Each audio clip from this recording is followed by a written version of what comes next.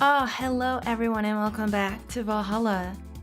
We're on break now and I guess we're actually going on break with Dorothy. Yay, I'm so excited. We also just got an achievement.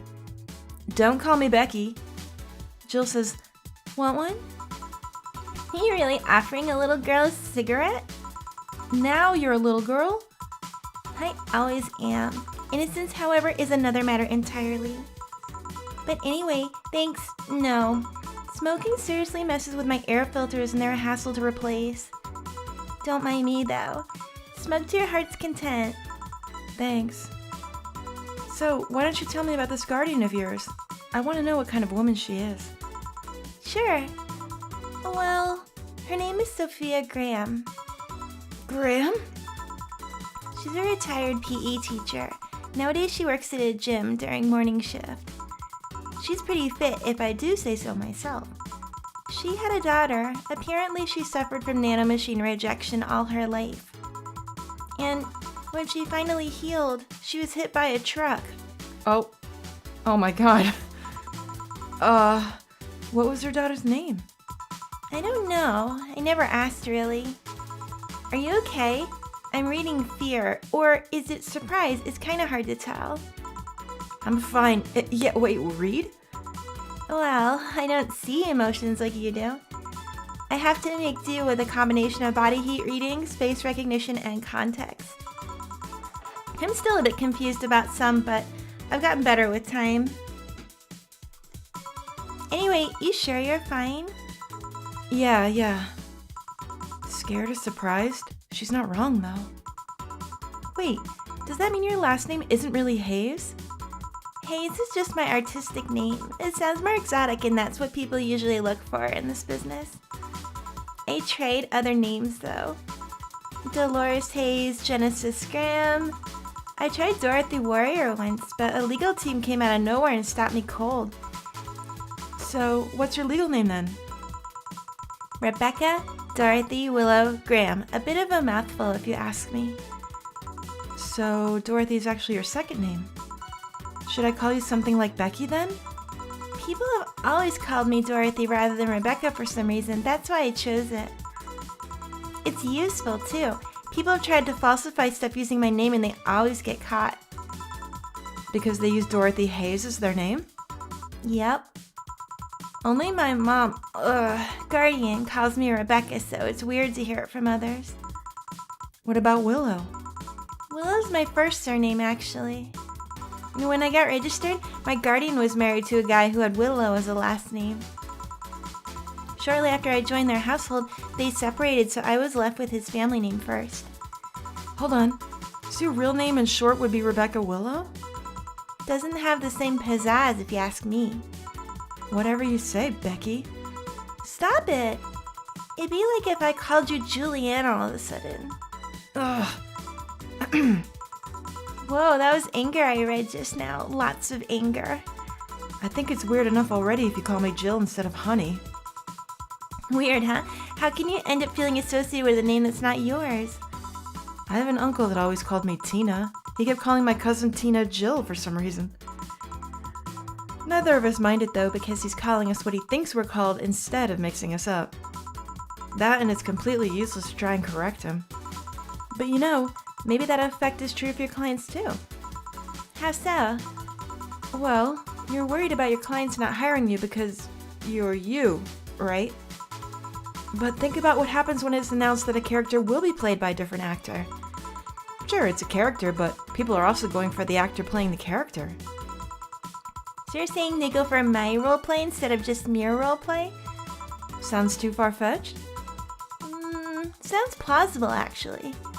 Okay, honey, I'll take my leave now. Don't want to take up all your break. Thanks for the chat. See you at the party tomorrow. Bye. Oh, isn't Dorothy wonderful? I need to remember to buy more cigars. Cigar! Jill! Come on, girl. Do you need all that shit? Okay, fine. Who am I to say?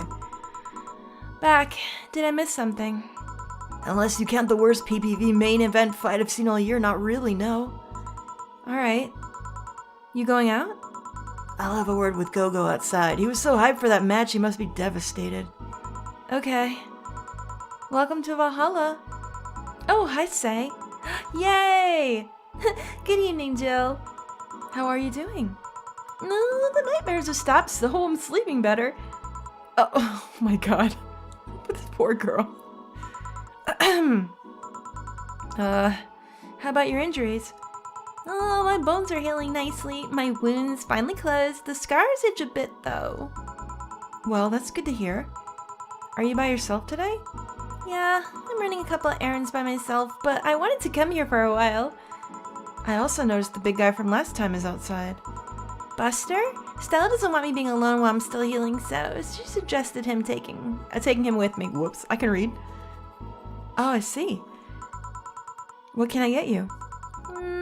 Something cold. Sure. Something cold? Girl, what? That could be anything. I don't think anything here is hot. Alright, what does she always get? Stella always gets Piano Man's Woman's. I also think Bleeding Jane's, perhaps?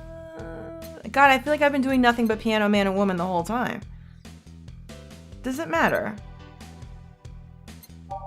Everyone likes this. I swear to God, like whenever we fix this for anybody, people have liked it. I'm just uh-oh. I fucked it up. Did you guys see that? I didn't mean to do it. Also, if my voice sounds weird today, I'm super freaking sorry about it. I've got my plates in today, my dental braces things, you know. And they're really tight, so they hurt like hell. On the rocks. And mixed. It happens when you do braces, right? Uh-oh. Oh, that looks beautiful. What did I mess up now? Oh my god. I wasn't paying attention. What did I do? 1, 2, 3, 4, 5. 1, 2, 3, 4, 5. 1, 2, 3. On the rocks and mixed. Hello? There we go. I don't know what happened. Here. Yeah, this is the one. Why drink something cold when the weather outside is so cold too? Wait, didn't we ask that of somebody already? It might have actually been her. It's not that cold, actually. Oh, but I've always had decent tolerance for the cold. I'm not a good reference. So, Stella isn't with you today? She's throwing a mega Christmas party tomorrow and is having a meeting today. I was just helping her by checking on some of the things she ordered. And here I was all ready to invite you to the party we're throwing tomorrow. Oh, you're throwing a party too?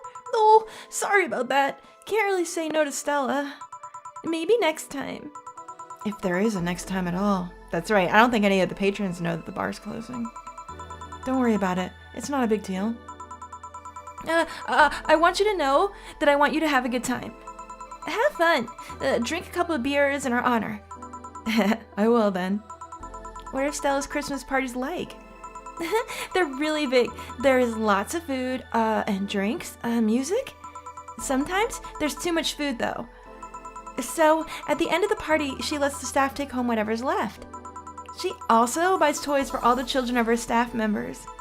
Really? Yeah, she says something about the taxes or whatever, but during the whole thing, she just shines. She carries a beaming smile that I don't see any other day of the year.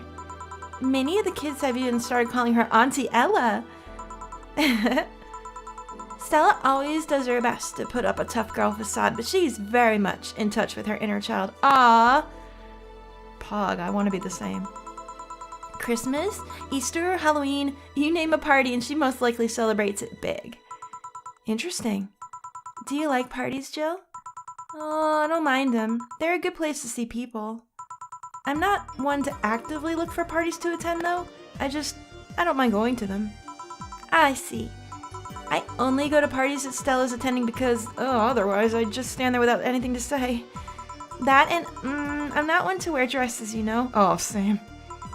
You're not? I'm a tad too ripped. They don't look cute on me. Oh, I bet they would, though. Although, with all this healing I have to do, I won't be as fit for a while. They're too, breezy, too. God, I feel like I'm wearing nothing. But I bet you'd look good in a dress, Jill. It's been years since I last wore one. I wouldn't know. Last time I wore one, I remember worrying my arms were too thin or something like that. We all have a complex, huh? I mean, even Stella has them. That's hard to imagine. Yeah, she's like perfect looking, right? Oh, but she does have one. She distresses a lot about her bust size. Really? She's not that small. I think I'm smaller than her, in fact. Actually, it's the opposite. Well, the opposite kind of complex, I mean. She's a bit self-conscious about having a big chest. Really? Again, I've seen bigger chests than hers, to be honest. Yeah, Alma comes to mind. Although I guess comparisons are useless here. They rarely help with complexes. That is so true. Well, she does go the extra mile to hide it. In fact, I have no idea how she does it. I mean, I've seen her before and after she tucks them away, but I guess I never cared enough to ask the specifics. That's also why when she goes out, she styles her hair in those, the twin drill thing? Drills? They look a bit drilly, don't they? She styles her hair like that to help divert attention away from her chest. She seems affluent enough, why not go through a reduction surgery? Well, because she also kinda likes having the size. She takes her bust size after her mom. Oh, and Miss Carmine is quite proud of her chest. Puffing out your chest is a sign of confidence, and bigger chest means more confidence to show. And she says something along those lines a lot. Stella has quite the admiration for her mom, so I guess breast reduction would feel kind of like betraying her? Huh. I'm making it sound like she's hiding J-cups or something. I guess in a taller or thicker person, her size would be normal. She's just a bit shorter or thinner than the norm. Do you get self-conscious about your bust size, Jill? You asking me? Oh no, you're asking Jill. Yes, all the time, by the way. Not really. I've been more self-conscious about my height. Although, it usually comes up whenever not being average height hinders me somehow. What about you? Yes and no? Well, it's not my bust size, but rather that I look too manly. Girl, I do not agree. But I have felt the same way too. And I can't help but wonder if bigger boobs would help. Girl, if you gotta run around and do all kinds of field work, I'm gonna tell you right now, you probably don't want them. You're fine, don't worry. Thanks. Can I get you anything else? Do you have something like non-alcoholic? I do. Give me a sec. Oh, shoot. What's non-alcoholic? I think...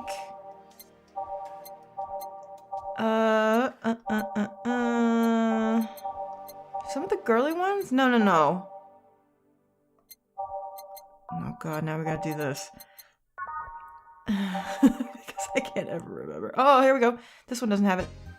I think any of them will work, right? Any of the ones that either have this or optional is probably fine. Blend it up. Right, a Bleeding Jane is supposed to be like Bloody Mary, which normally has vodka in it, but I guess in this case, no. Here.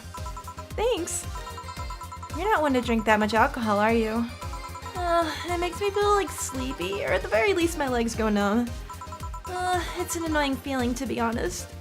It makes me wonder what's so good about getting drunk. I mean, I'm not above it, but it's not exactly a pleasant feeling. You feel like you're sleepy even when you're not. Your legs go numb, everything starts sounding funnier than it really is.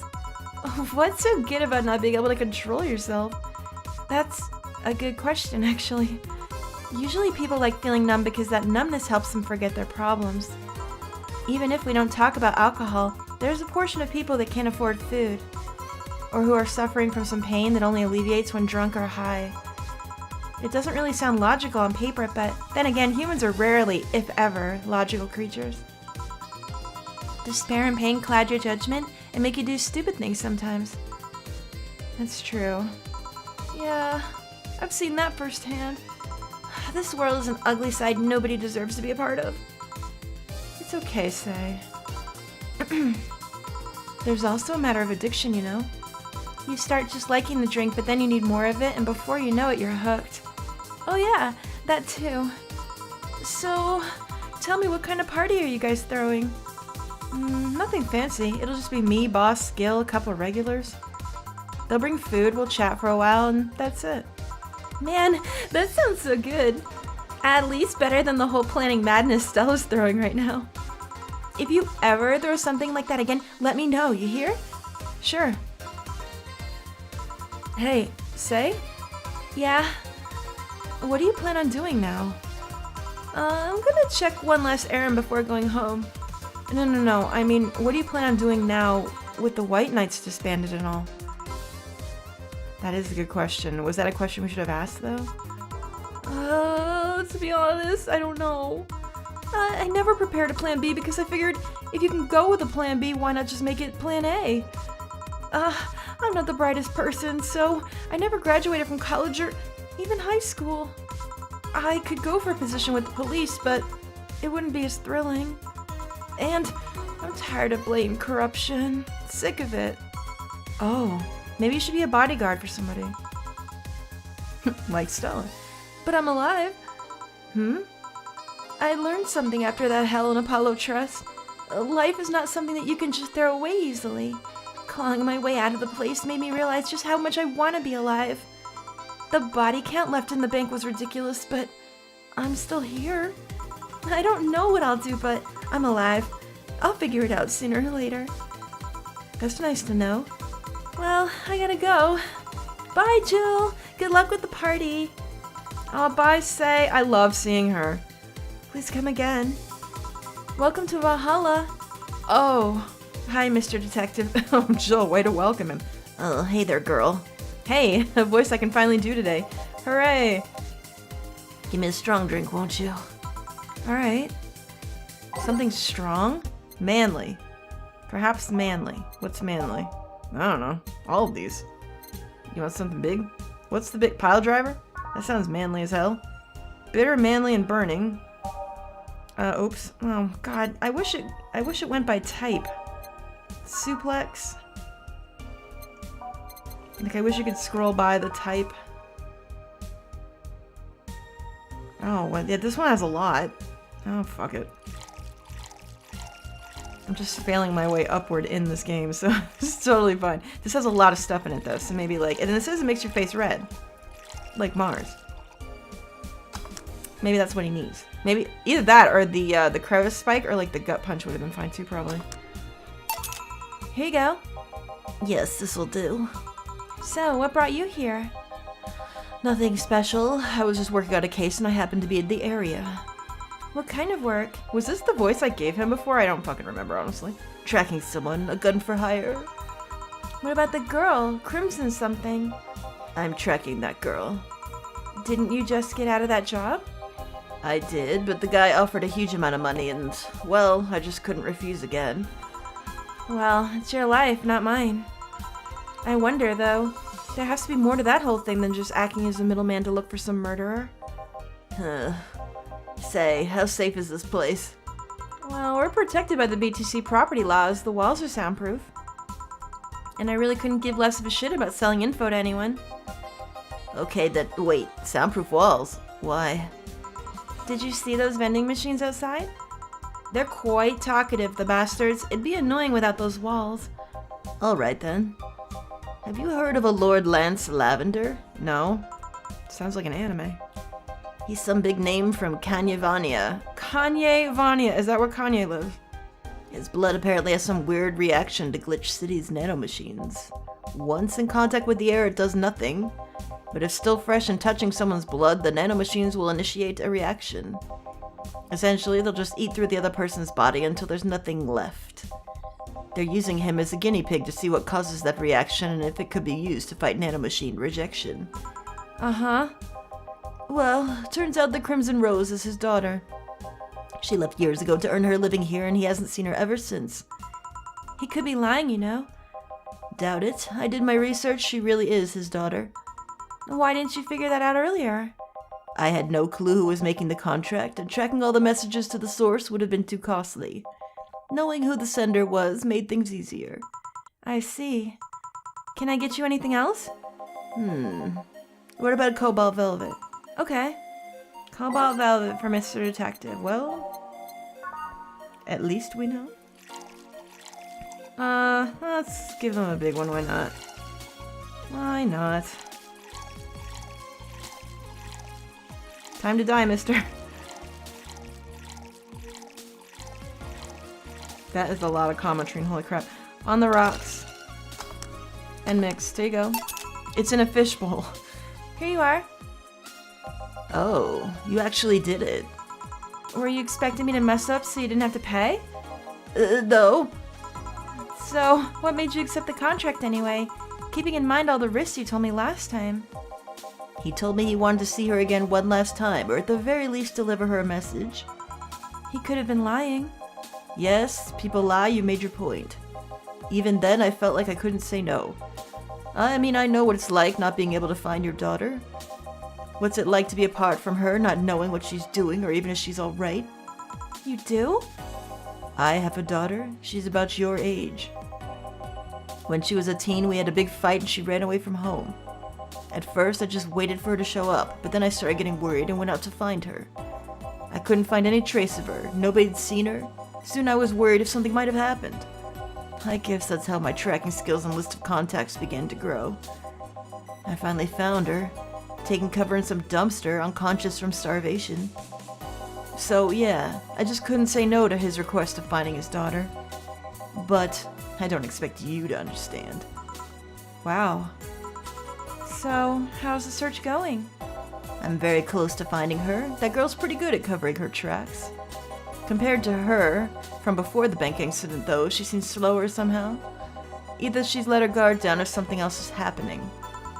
What will you do when you find her? I have this letter I'm supposed to deliver to her. I don't know what it says and I don't want to find out. What if she tries to kill you? I might not look like it, but I can take care of myself, bartender. You definitely don't look like it, sir. You don't stay so long in this business without picking up a couple of tricks. No, I guess you're right. Okay, I better go back to work before her trail goes cold. Please come again. Are you done? Yeah. Okay then, I want you here tomorrow at 8 p.m. No working beforehand. The bar will be closed tomorrow. Come dressed in your absolute best. We're having a party after all. Alright. Where's Gil, by the way? He stored all of our things in his home because of how close it was to the store. So I told him to go home already and bring the stuff tomorrow. I see. Well, see you tomorrow, boss. Hold on. Wait a bit and I'll go with you. Oh, sure. Thanks. Oh, isn't that nice? Hey, flawless service once again! I know the small party is what you needed. A bonus from Dana. Alright. We got a lot of money. Oh, Merry Mega Christmas, everyone. We're a little bit late on the timeline, but that's okay. It was just Christmas. It's fine. Let's celebrate Santa's resurrection as the Mega Santa that saved Christmas from the Redmonds. Well, I want to hear that story. But we'll have to do that and party down in the next one. Oh, man. I'm excited. Are you guys excited for the Christmas party? I hope so. Thanks for watching, guys. I hope you're enjoying this as much as I am, and I'll see you soon in the next episode. Toodaloo.